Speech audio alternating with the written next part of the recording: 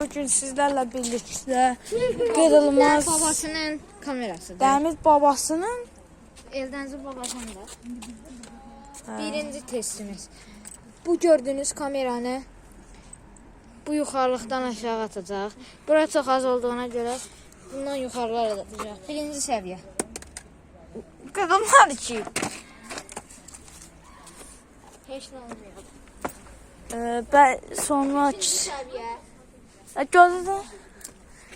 1, 2, 3 bırak. İkinci səviyyə.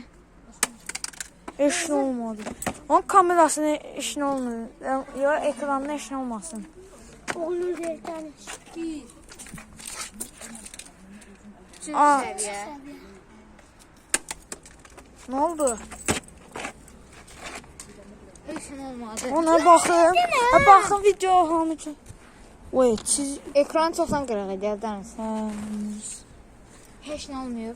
Bir də atırıq. Axırıncı səviyyə. Gurultu olmadı. Qırılmadı. Allah'a kartınızdı. kartı çıxdı hər şey. Kartı Ekranına baxın. Heç nə yoxdur, baxın. O iz əvvəlki. Əvvəlki.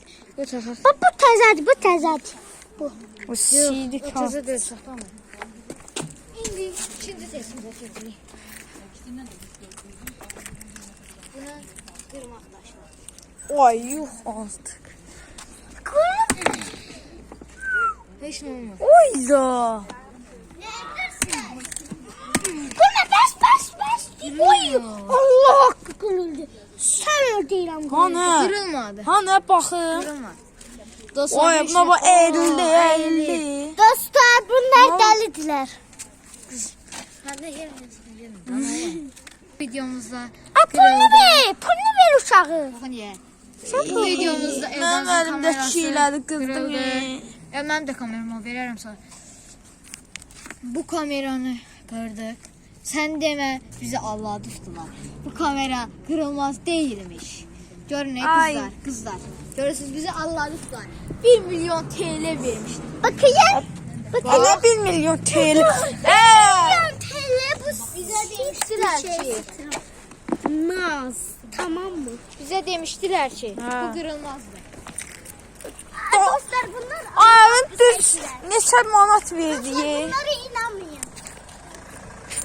Düz neçə manat verdi? O qədər yığdığım pul boşa getdi.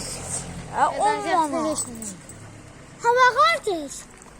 O birisi sən bilmirsən.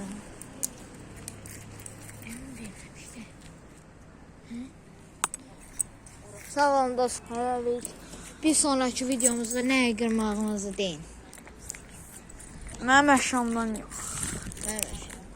Sağ olun. Mənim kim?